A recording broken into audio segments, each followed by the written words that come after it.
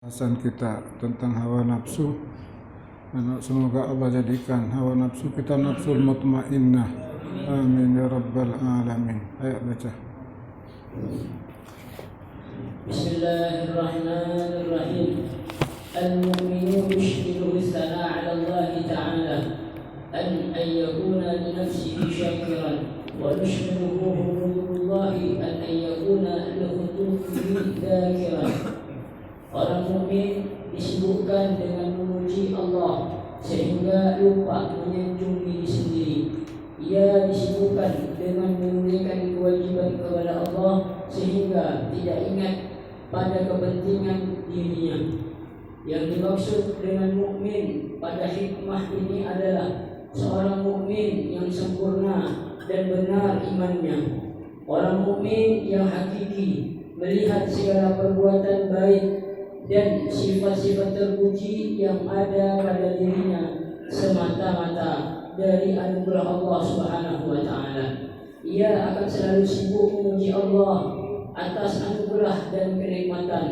Ditampakkan amal taat dan sifat baik pada dirinya, ia tidak pernah menganggap itu datang dari dirinya sendiri. Oleh karena itu, ia disibukkan dengan memuji Allah dan mensyukuri atas apa yang Allah berikan kepadanya. Seorang mukmin juga disibukkan dengan menunaikan hak Allah yang wajib bagi dirinya, sehingga ia lupa dengan keinginan, kesenangan dan syahwat dirinya. Ia terus berusaha dan keras untuk melaksanakan tugasnya sebagai seorang hamba Allah dengan sebaik-baiknya, tanpa menuntut pahala atau lain-lainnya. Orang mukmin yang hakiki beribadah semata-mata mencari keridhaan Allah, bukan untuk kepentingan diri sendiri atau memuaskan keinginan syahwat serta hawa nafsunya.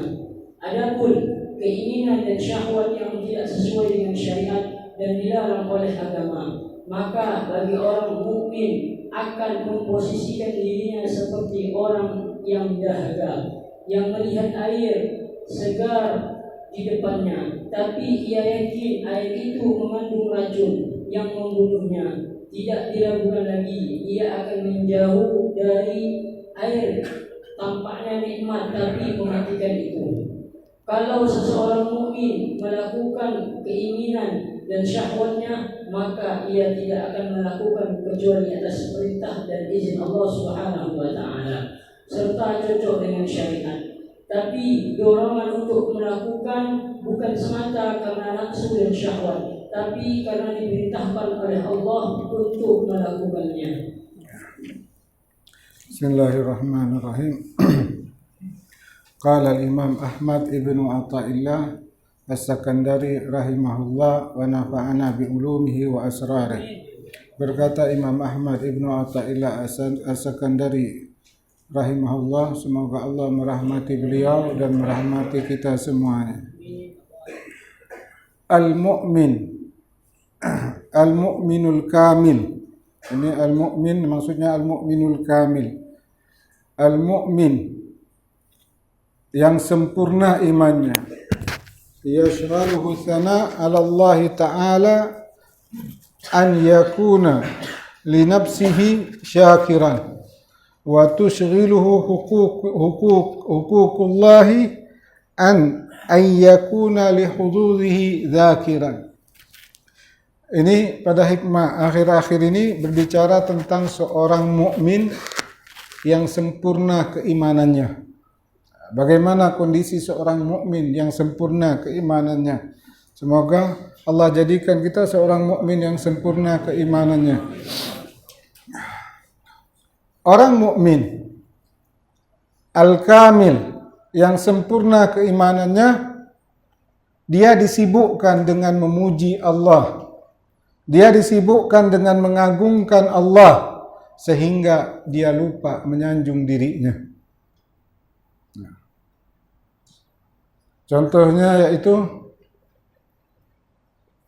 ketika seseorang dia memandang ketaatan itu adalah dari dirinya, ibadah itu adalah kekuatan dari dia, Ibadah itu adalah kemampuan dari dia.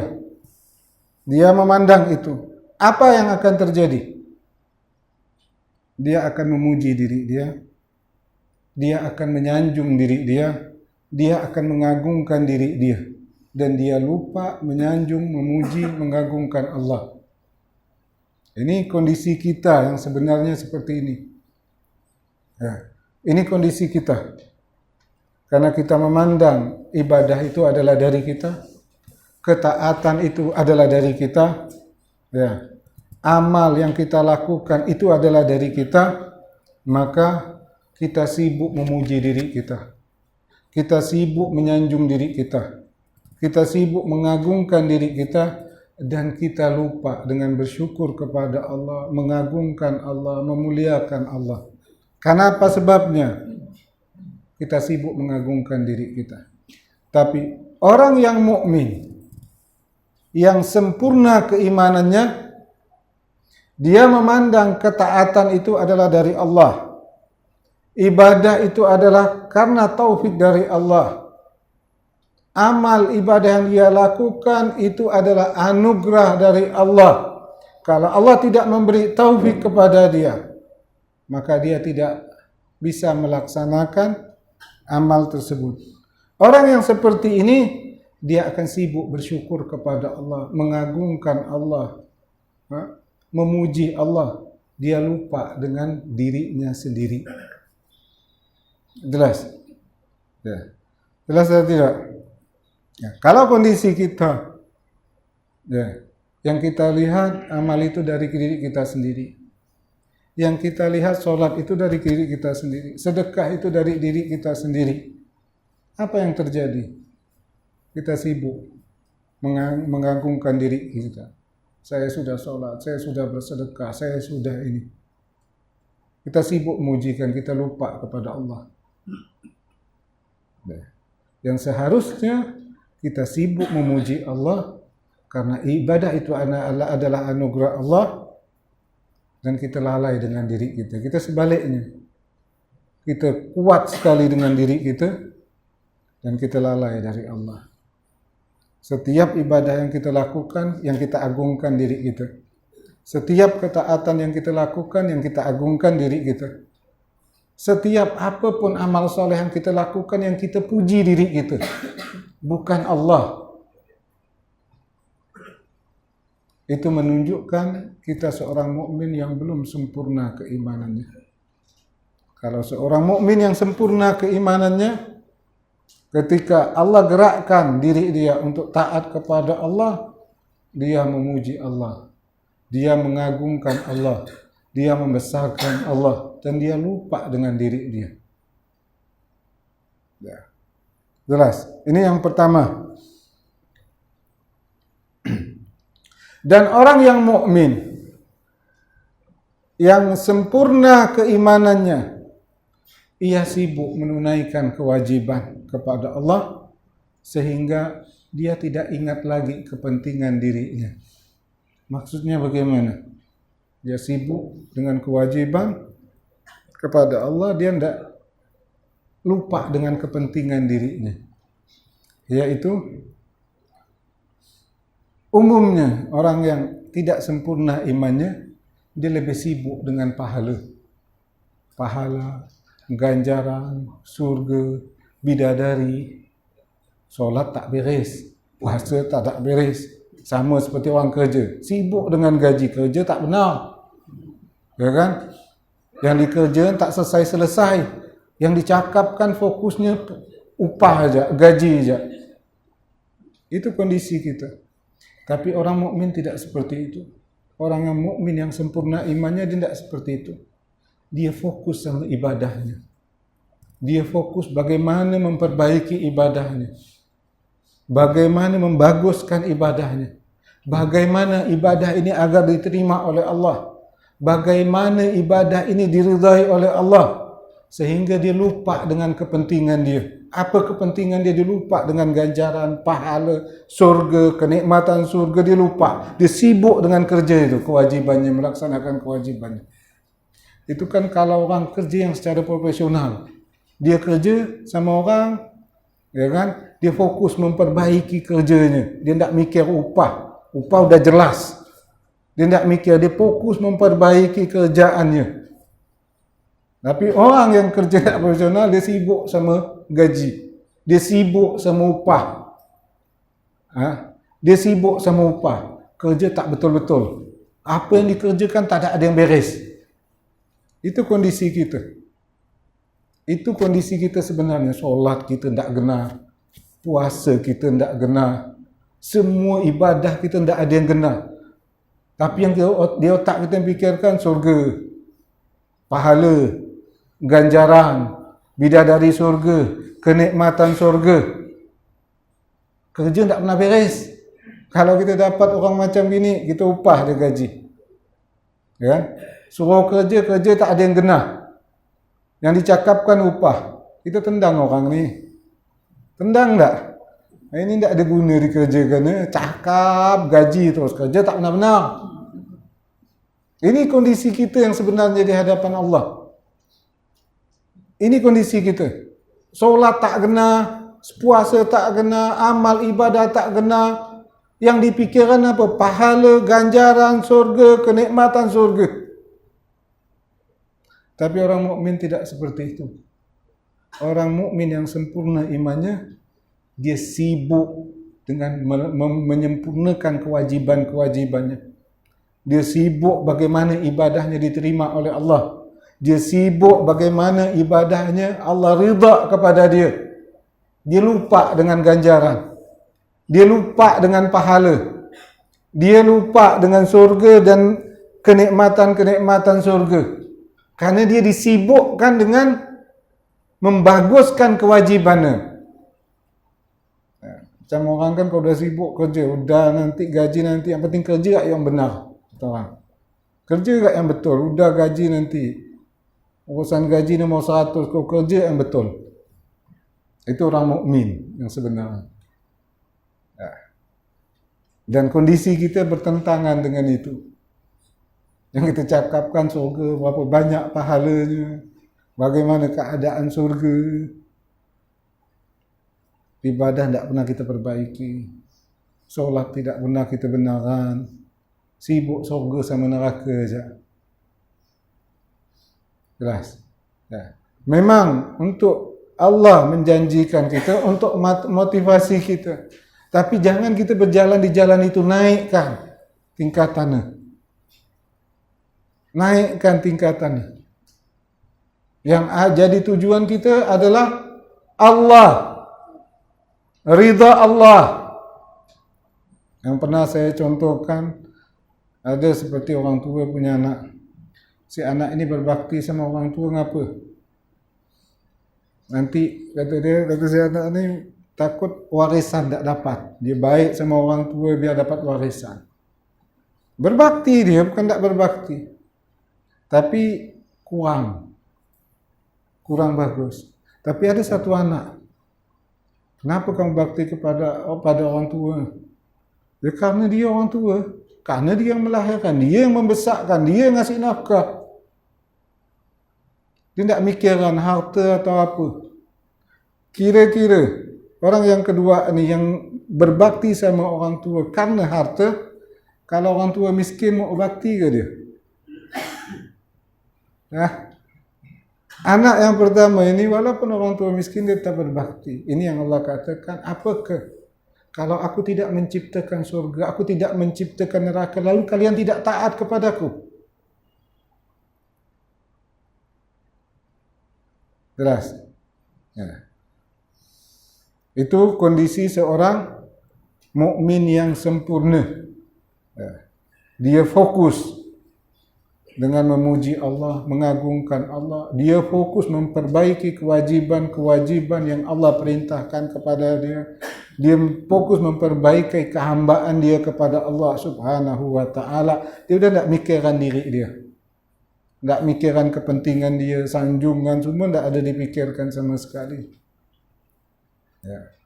Ini seorang mukmin yang sempurna. Kita ni nanggung. Mukmin antara mukmin dan tidak jelas. Dan yang kita sibukkan pun tidak jelas. Sibukkan surga, neraka, sembahyang tak benar, maksiat terus, tak jelas. Semoga Allah jadikan kita seorang mukmin yang sempurna keimanannya. Amin ya rabbal alamin. Itu makna hikamnya, termasuk penjelasannya.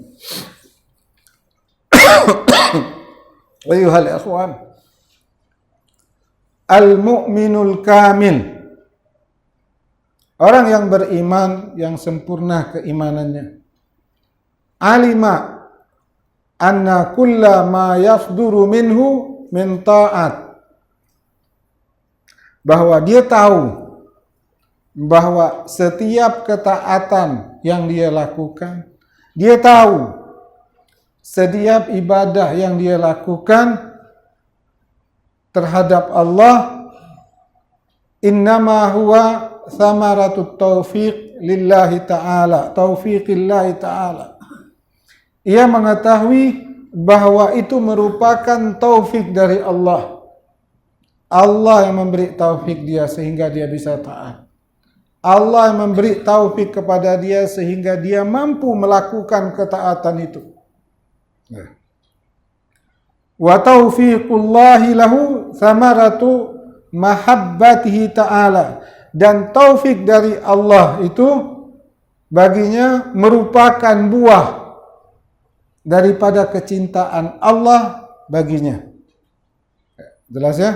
Jadi artinya orang yang sempurna imannya, dia menyadari bahwasanya amal ibadah yang dia lakukan itu merupakan taufik dari Allah. Kalau tidak ada taufik dari Allah, dia tidak bisa melakukan ibadah itu. Dan taufik Allah ini merupakan buah daripada kecintaan Allah kepadanya. Orang mukmin berkeyakinan seperti itu, orang mukmin yang sempurna keimanan. Jadi cinta Allah kepada seseorang, karena cintanya tersebut dia memberi taufik kepada orang tersebut. Allah mudahkan, Allah muluskan segala ketaatan, segala amal baiknya. Dan taufik ini terbit dari mana? Cintanya Allah kepadanya. Itu diurutannya. Jelas ya? Cinta Allah, maka lahirlah taufik. Cinta Allah, lahirlah taufik. Yang artinya taufik ini terbitnya dari mana? Dari cintanya Allah kepada dia. Jelas. Jadi kalau kita sudah memahami urutan ini, maka perkara-perkara yang mendatangkan kecintaan Allah itu yang perlu kita perbuat terlebih dahulu. Jelas. Jadi perkara-perkara yang mendatangkan kecintaan Allah itu yang mesti kita lakukan. Jadi supaya kita ini bagaimana dicintai Allah, itu yang harus kita lakukan. Karena kecintaan inilah yang berbuah taufiknya dari Allah. Jelas. Maka para ulama menjelaskan ada beberapa perkara yang apabila kita lakukan, Allah akan cinta sama kita. Yang pertama, yaitu dawamut taubah, selalu bertaubat. Selalu bertaubat artinya bila kita berbuat dosa, lekas bertaubat. Bila kita berbuat dosa, langsung taubat. 10 kali kita berbuat dosa sehari, 10 kali taubat. 20 kali kita melakukan dosa dalam sehari, 20 kali taubat. Selalu bertaubat. Setiap dia melakukan maksiat, dia bertaubat. Setiap dia melakukan dosa, dia bertaubat. Orang yang selalu bertaubat kepada Allah ini menjadi satu modal dia untuk datangkan kecintaan Allah kepada kita. Ini modal yang besar. Kalau kita berbuat dosa, ditunda taubatnya. Kita berbuat maksiat, ditunda lagi taubatnya. Berbuat dosa lagi, ditunda lagi. Berbuat lagi, ditunda lagi. Nah, ini yang datangkan kemurkaan Allah. Jelas. Ini yang datangkan kemurkaan Allah. Setan memang suka, udah taubat nanti kau maksiat lagi, kata setan. Mau tobat lagi, udah nanti tobat maksiat, udahlah nanti sekalian tobat. Akhirnya dosa numpuk, di situ datang murkanya Allah. Yang seharusnya kita bertobat, walaupun sampai 100 kali berbuat maksiat dalam sehari, 100 kali kita tobat. Ketika kita bertobat, dosa yang lalu hilang. Ini dosa baru lagi. 20 kali kita tobat, yang 20 udah hilang. Dosa baru lagi. Tobat lagi, dosa baru lagi. Dan Allah suka kepada orang yang selalu bertobat kepada Allah Subhanahu wa ta'ala. Ya. Kenapa taufik Allah tidak datang? Apa sebabnya? Karena tidak ada cinta Allah. Kenapa Allah tidak cinta kepada kita? Karena kebajaan dosa. Dosanya numpuk. Ya. Maka kita biasakan taubat. Taibu habibullah. Orang yang bertobat itu orang yang dicintai Allah. Orang yang bertobat itu dia adalah kekasih Allah. Innallaha yuhibbut tawwabin. Allah cinta kepada orang yang bertaubat. Nah, jadi untuk memancing datangnya cinta Allah, perbanyak taubat. Ketika Allah cinta kepada dia, Allah beri taufik. Ketika Allah beri taufik, mudah segala ketaatan, lancar segala ketaatan, tidak ada penghalang ketaatan. Kenapa ketaatan itu sulit bagi kita? Badan kita sepertinya terkunci untuk melakukan ketaatan karena tidak ada taufik dan kita tidak ada modal sesuatu yang mendatangkan cinta Allah. Jelas saja. Jadi yang pertama apa? At-taubah, dawamut taubah, selalu bertaubat. Tak usah kita dengar bisikan nanti taubat bertagih maksiat, nanti taubat maksiat. Itu semua yang menghalangi kita untuk taubat kepada Allah, itu bisikan dari syaitan dan dari hawa nafsu kita. Walaupun 100 kali dah taubat, berapa banyak pun kita berdosa, taubat. Selesai, ada maksiat taubat, maksiat taubat. Allah suka. Allah suka orang yang selalu bertaubat kepada Allah. Allah murka orang yang menunda taubat. Ditumpuk dosa sebanyak-banyaknya, ditumpuk maksiat sebanyak-banyaknya. Maka itulah yang menghalang cinta Allah, disitulah yang tidak datang taufik kepada kita, itulah yang memberatkan kita untuk melakukan hal-hal yang baik. Menjadi penghalang untuk melakukan hal yang baik. Badan kita ni terkunci, tak bisa berbuat taat. Itu modal yang pertama. Selalu sering-sering bertaubat kepada Allah. Walaupun berapa banyak. Malu sama Allah. Kadang setan bisikkan malu sama Allah. Bentar taubat, bentar ini, bentar taubat. Allah sudah kasih jalan. Allah cinta sama orang yang selalu taubat. Yang banyak dosa, banyak taubat. Masa kita lebih percaya bisikan syaitan? Jelas.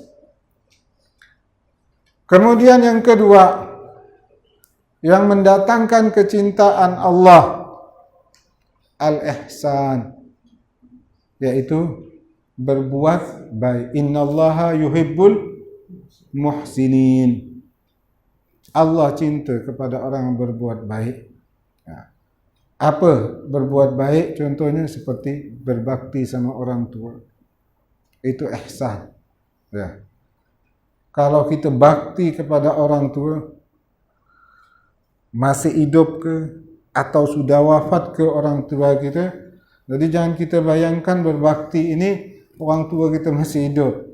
Allah perintahkan kita berbakti sampai akhir hayat kita. Jelas ya? Allah perintahkan kita berbakti sampai hayat kita. Tidak ada Allah mengatakan berbakti kalau orang tua hidup, habis itu tidak ada berbakti lagi. Sampai kita mati. Sampai kita mati, bahwa perintah berbakti itu baru lepas. Selagi nyawa kita masih ada di badan, kita masih hidup, perintah berbakti kepada orang tua itu tetap ada. Walaupun kita dah tak bergerak, dah tua sekali, berbakti sama orang tua itu tetap ada. Sampai akhir hayat kita. Jelas. Kecuali Allah perintahkan orang tua berbakti sama kita, orang tua kita mati, sudah selesai. Yang diperintahkan berbakti ni kita.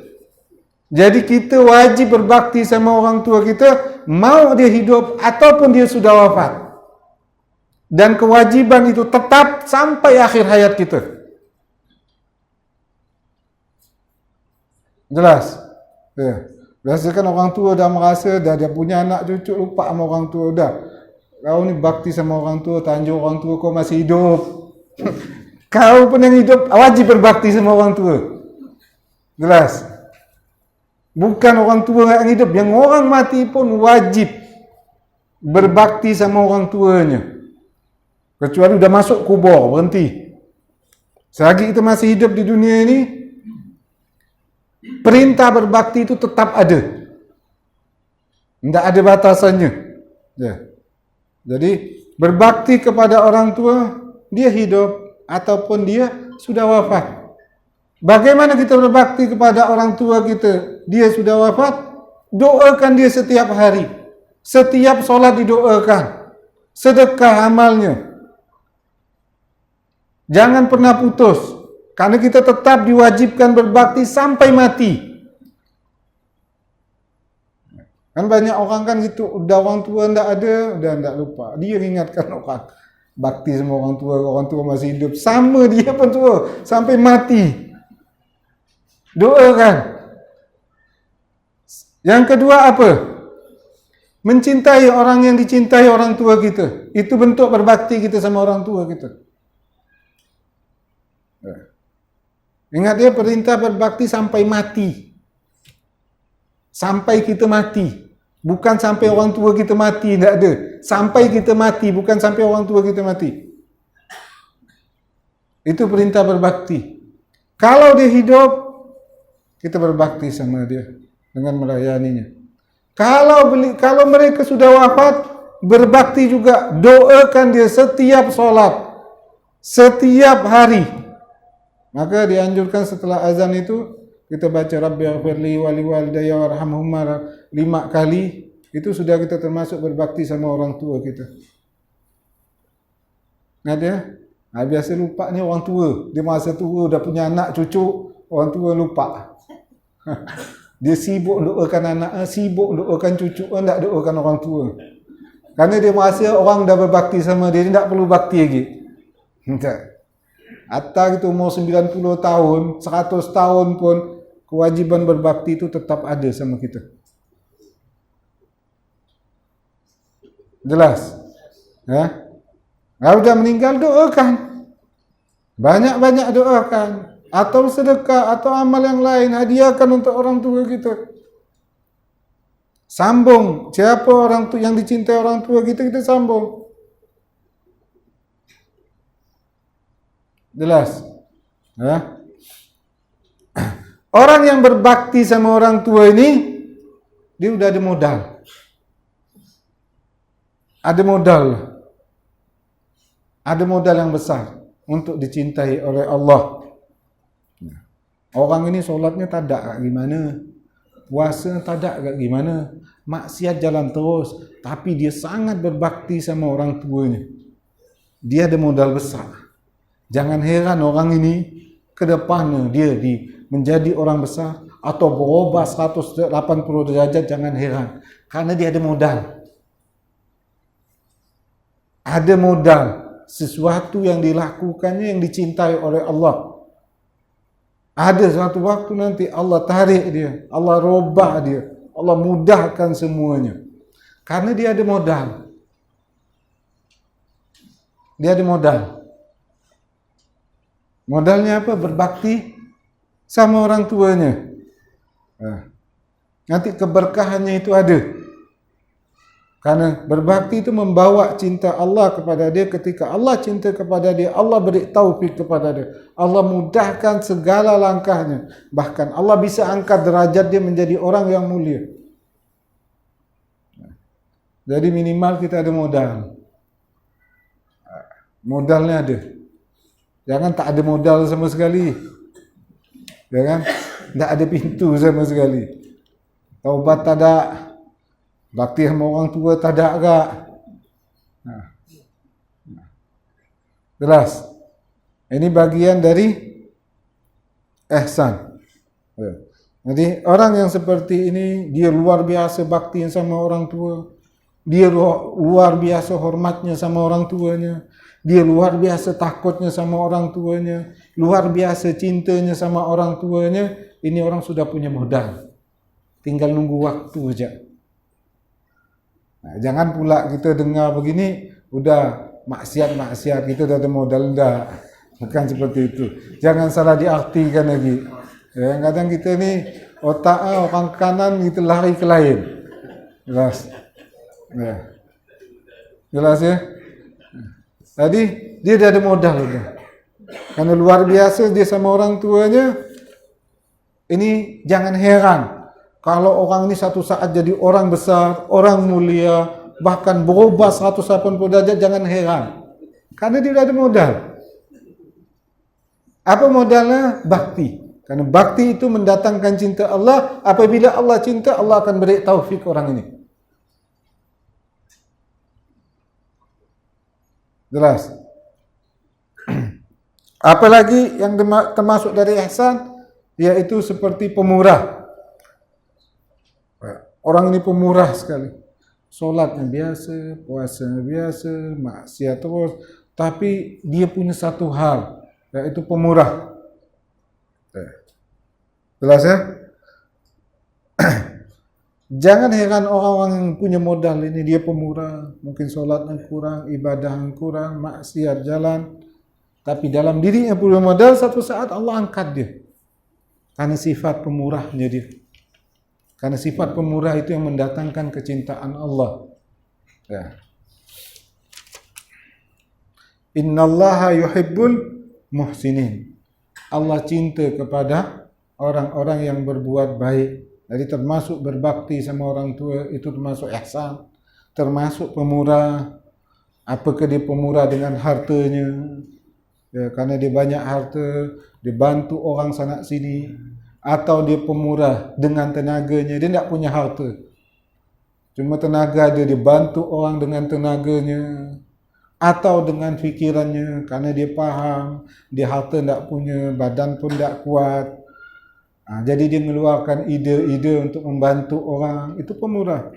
Tapi kita ni banyak ide aja. Duit ada tak mau, tenaga ada tak mau, ide luar biasa. Ide ini kalau kita tidak ada harta, ide ini kalau kita tidak kuat, ya kan? Kalau ada harta ya harta keluarkan, ya kan? Kalau badan kuat ya tenaga. Kalau dua ni tidak ada ide lah, ya kan? Tapi kalau ide semua rajin. Untuk harta tidak, mundur. Untuk tenaga, mundur. Kalau ide, 2 jam, 3 jam pun tahan dia ngasih nasihat orang. Ya, jelas. Jadi, orang yang pemurah ini, dia punya modal. Modal mendatangkan cinta Allah kepada dia. Jadi, orang yang punya modal ini, jangan heran ke depannya Allah akan rubah keadaannya. Bahkan Allah angkat dia semulia-mulianya. Jangan heran. Ya. Seperti ada satu orang tengok maksiat aja, pernah terjadi. Ternyata dia bakti sama orang tua. Dia meninggal dalam keadaan solat. Orang anggapnya sepele. Meninggal dalam keadaan sujud. Karena dia ada modal, tak heran. Jangan heran gitu. Kalau ada orang punya modal yang mendatangkan kecintaan Allah, satu waktu ada hal besar, jangan heran. Yang heran ini tidak ada modal. Kemudian yang selanjutnya apa? At-taharah. Bersuci. Bersuci zahir dan batin. Atau sekurang-kurangnya zahirnya dia suci. Artinya orang ini suka bersuci, dia selalu berwudu. Kalau batal wudu, dia wudu lagi. Batal, dia wudu lagi. Dia suka dia dalam keadaan suci. Dia suka dalam keadaan suci. Jadi kalau dia batal, dia wuduk. Batal wuduk, batal wuduk, batal wuduk. Dia suka dalam keadaan suci. Ini juga memancing cintanya Allah. Ini orang ni dah punya modal. Innallaha yuhibbul mutatahhirin. Allah cinta kepada orang yang selalu bersuci. Orang yang selalu membersihkan hatinya. Atau minimal untuk zahirnya dia tidak putus wudu, dia tidak mau dalam keadaan hadas, dia ingin dalam keadaan suci, dan dia suka dalam keadaan suci. Ini orang sudah punya modal. Dia orang punya modal, Allah angkat derajatnya. Seperti bilang dia berwudu, dia solat, sendalnya terompahnya udah dengar di surga. Sendal terompah, karena dia ada modal. Ada modal yang disukai Allah, yang istiqamah dilakukan. Ini yang mendatangkan cinta Allah. Ketika Allah cinta sama dia, Allah beri taufik, Allah mudahkan segala ketaatan. Tidak ada yang namanya sulit ketaatan.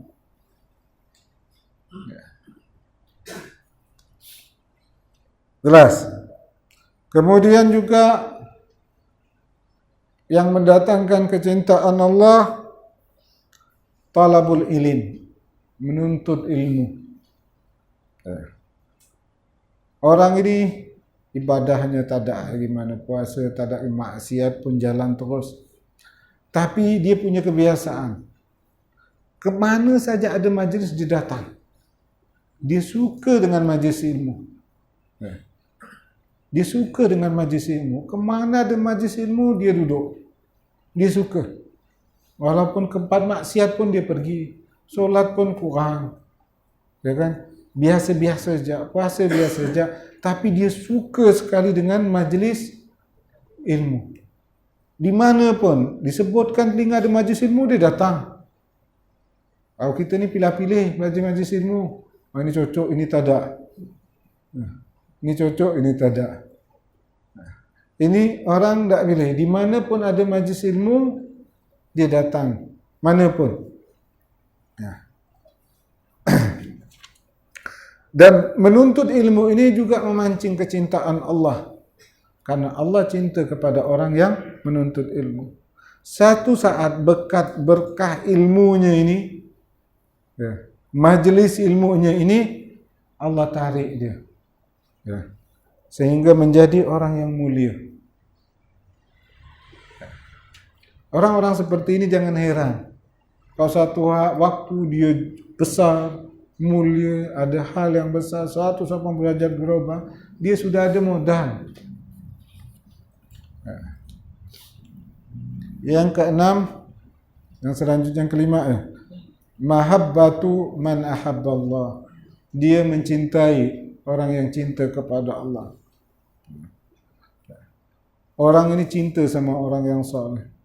Cinta, dia suka sama orang yang bertakwa. Nengok orang yang beribadah, dia suka. Nengok orang yang taat, dia cinta. Siapapun yang bertakwa, dia suka.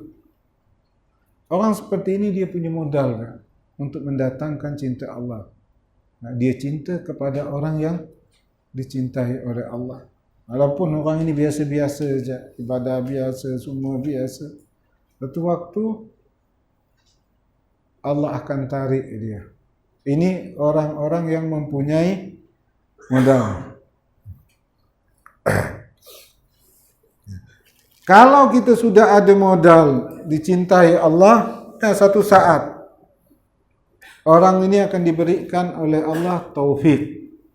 Bila sudah ada taufik dari Allah, segala urusan akan jadi lancar. Segala ketaatan akan jadi lancar. Segala kebaikan akan jadi lancar. Tak ada terhalang lagi. Tidak ada penghalang lagi. Ketika Allah beri taufik. Kenapa kita terhalang dengan kebaikan? Terkunci saat berbuat kebaikan. Akibat belum ada taufik dari Allah. Kenapa kita belum ada taufik dari Allah? Karena belum ada cinta Allah kepada kita. Dan kita tidak ada modal untuk cinta itu. Jelas ayuhan akhwan? Ya. Jadi kita balik pembahasan Al-Hikam kita yang awal.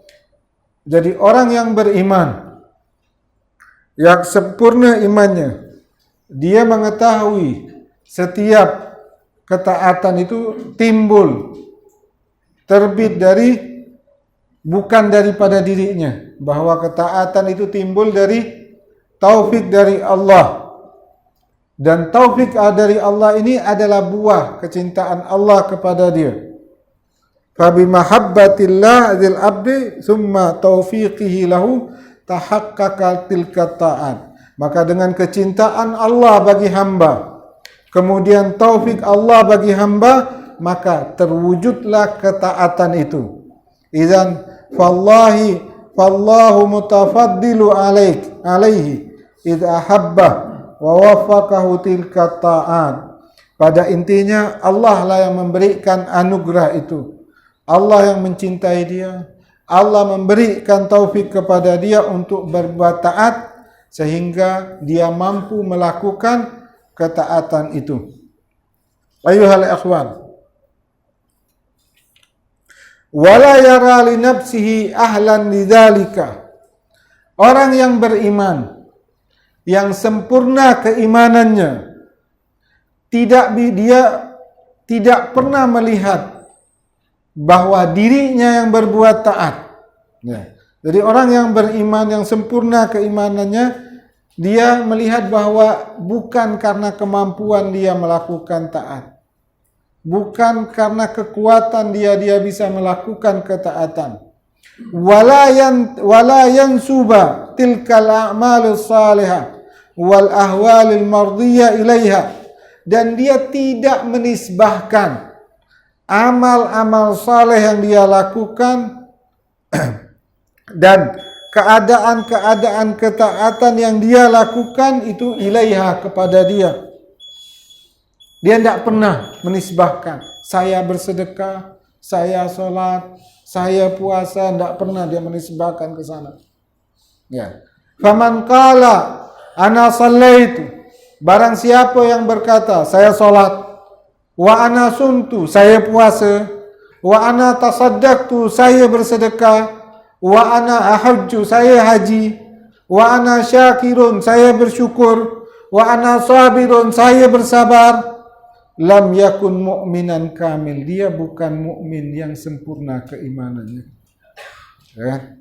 Ia belum menjadi seorang mukmin yang sempurna keimanannya. Karena dia masih menisbahkan ibadah itu kepada dirinya. Ya. Saya bersedekah, saya puasa. Boleh kita mengatakan demikian. Kita mengatakan saya puasa, saya sedekah, silakan. Aku sholat, aku puasa, aku bersedekah, boleh.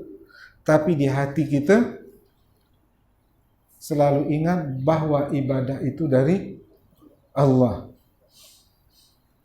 Bila hati kita tidak menyambung, ucapan kita saya solat, saya puasa, saya sedekah, dan hati pun mengatakan yang sama, itu belum sempurna keimanannya. Itulah yang lahir ujub. Kita mengatakan saya sedekah, di hati kita pun saya yang sedekah, saya puasa, saya yang puasa. Tidak ada menisbahkan sedikit pun kepada Allah, semua dinisbahkan kepada dirinya. Orang seperti ini, dia akan memuji diri dia, dia akan mengagungkan diri dia, dia akan membesarkan diri dia, dia akan lalai memuji Allah, dia akan lalai mengagungkan Allah, dia akan lalai membesarkan Allah. Seorang mukmin yang kamil, dia tidak akan melakukan itu. Bukan tak boleh, boleh. Tetapi hati kita tetap mengatakan, ini taufik dari Allah. Ini karena Allah. Kalau Allah tidak memberikan kekuatan kepada saya tidak mampu melakukan hal tersebut. Seorang mukmin tidak pernah dia menisbahkan satu amal kepada diri dia. Kalau kita menisbahkan amal kepada diri kita dari lisan yang kita ucapkan dan hati kita pun mengatakan iya, sudah. Setiap hari kita mengagungkan diri kita. Setiap hari kita muji diri kita. Udah lalai sama Allah. Bukan memuji Allah, bukan mengagungkan Allah, bukan membesarkan Allah. Dia sibuk mengagungkan diri dia. Dia sibuk memuji, bentar cerita sama orang, anak kasih sedekah sana, anak kasih ini. Dia sibuk dengan halal itu. Dia lalai dari Allah. Ini kondisi kita yang sebenarnya. Semoga Allah selamatkan kita dari hal-hal seperti ini. Semoga Allah berikan kemampuan kepada kita agar menisbahkan segala ketaatan kepada Allah bukan kepada diri kita. Amin ya rabbal alamin. Nanti saya lanjutkan. Dah masuk waktu lah. Subhanakallahumma bihamdika asyhadu an la ilaha illa anta astaghfiruka wa atubu ilaik. Bismillahirrahmanirrahim. Undangan ziarah agung dan berakbar dalam rangka peringatan ziarah agung dan